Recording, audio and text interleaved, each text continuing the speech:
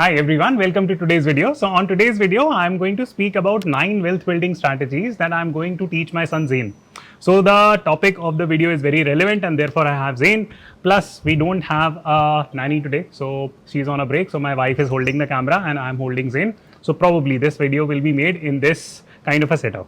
Right, so before getting started with the 9 core concepts, I want to tell a very quick story about the Rockefellers. So Rockefellers were extremely rich. At one point in time, their wealth was approximated to be $400 billion as of today. And this was a calculation that was done by Malcolm Gladwell on his book. But today, when that wealth has been passed on generation after generation, that wealth now stands at approximately $11 billion. So that wealth has been lost by approximately how much? Approximately 97%. So wealth building is one part of the entire story. Preserving wealth is another part. Therefore, habits and finance and life lessons are very important. So I'm going to share those 9 life lessons with you, which I really hope that my son remembers, and hopefully these will be useful for you as well. Also, a very big shout out to our sponsors for today, which is Ditto. It is an excellent insurance buying platform. So you can buy health insurance and term insurance from them, and you can schedule a free phone call with an expert by using the link in the description box. So the first key rule that you should remember in terms of finances is that you should ensure that you live off of interest, not of principal payment. This is a very important concept. If you can build a big enough corpus in a country like India, then you would be able to live off really well. Most of the times we are confused how much corpus to build. So I would suggest a rough mathematical calculation that goes something like this. So for example, you could consider building a corpus of 1 crore rupee. Don't get dissuaded by this. I will also explain you the principles of how to build this wealth. But let's imagine a case where you are able to build a corpus of 1 crore rupee. Now in India, usually the Nifty gives around 12% CAGR. So you can earn roughly around 12 lakh rupees a year. And now ask yourself a question that can you live with 1 lakh rupee a month in a country like India, especially if you get to handpick cities. So my bet would be a yes, that you can easily do that.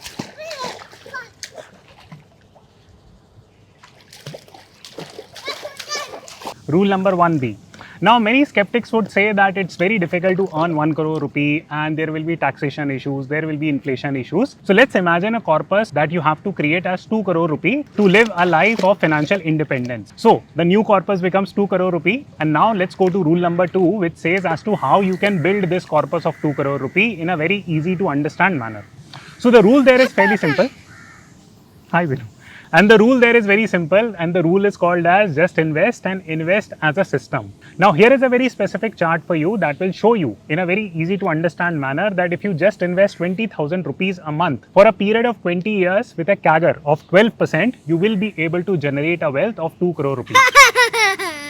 Alright, so Zainu is laughing because he does not understand math as of now, and probably it might actually be a very difficult thing. So let's move on to rule number 3 to understand whether this is actually true or not. So now comes the third wealth building technique, which is investing in innovation. Think about it this way, and I'll use the example of India, Pakistan and Sri Lanka. Why is it that Sri Lanka's and Pakistan's economy is suffering and literally like getting decimated, but India's economy is standing tall? The reason is that India decided to invest in innovation very early.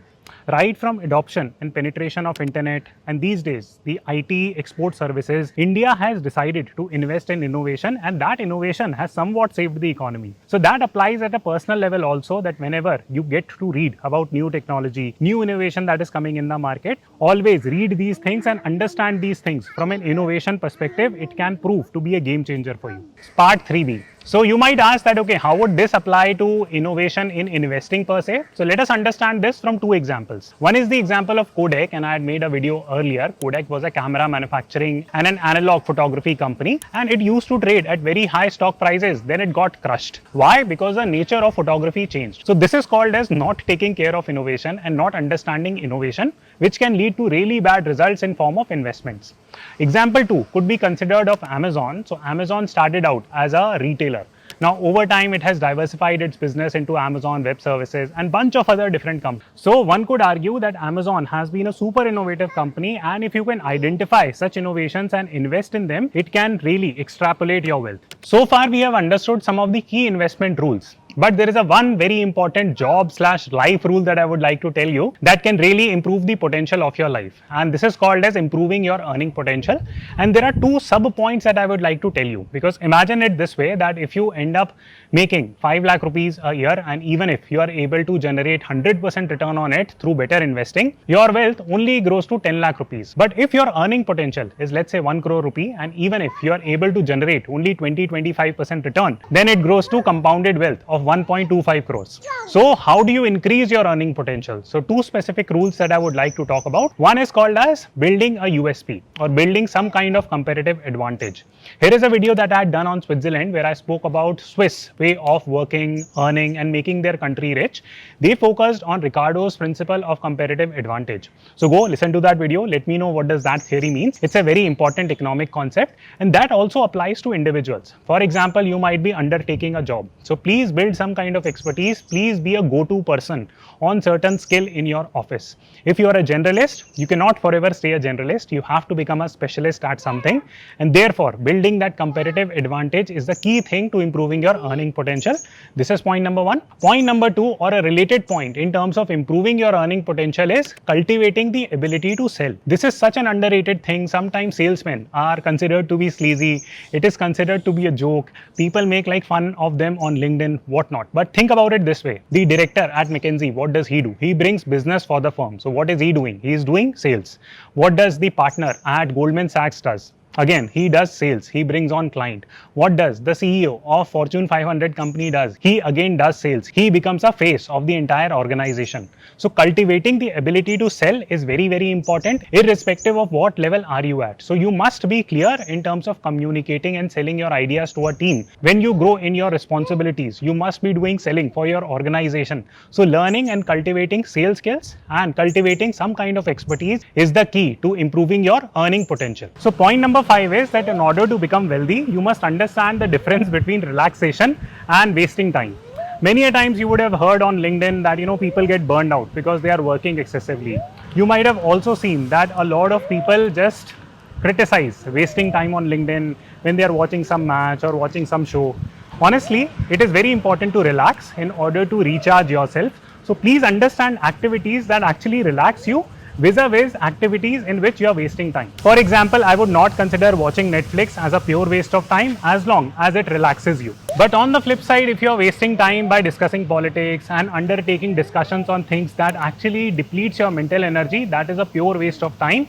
And time is one of the most important commodities that you have, which can help you make a lot of money. So please be considerate about activities on which you are spending your time versus not. So point number 6 is that in order to become wealthy, you must understand the power of saying no. It is very, very important these days to say no to a bunch of different things. Why? Because we are spoiled for choices. For example, these days everyone loves to eat on Swiggy, Zomato, a bunch of other different things. It's a choice that you are making. Similarly, you don't need to invest in every single type of asset that is out there. Please invest in assets that you have capabilities to invest in, and the assets that you can understand and take risk with. You don't need to say yes to everything. Please consider saying no. Now, this is very difficult at the start of your career because you are trying to create more and more options. But cultivating the ability to say no with the growth in your career becomes very, very important because you have finite time in this world.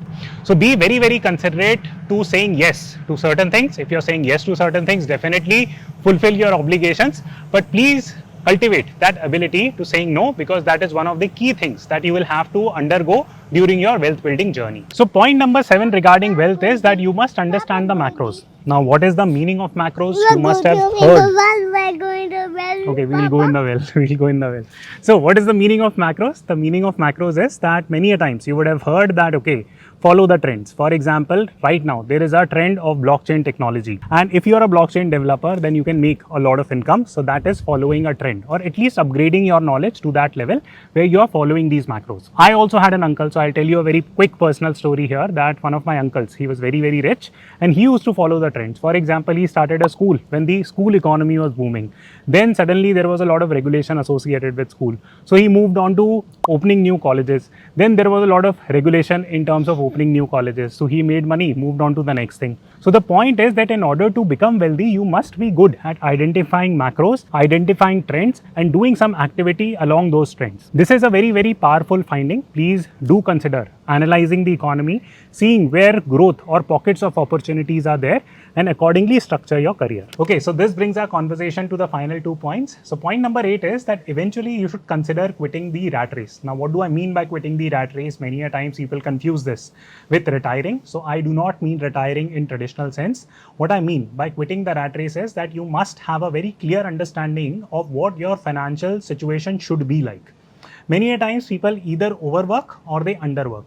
And neither of these situations is good, because you would meet Fortune 500 CEOs who might say that one of the biggest regrets that they have in their life is that they could not spend a lot of time with their family. They just worked too hard. Why? Probably because they overestimated the importance of money. Many a times you will meet super content people, nothing wrong with that philosophy, but they might struggle financially. So you must have a very clear understanding that the entire race of 9 to 5 or whatever job you are doing, you are eventually doing it for what?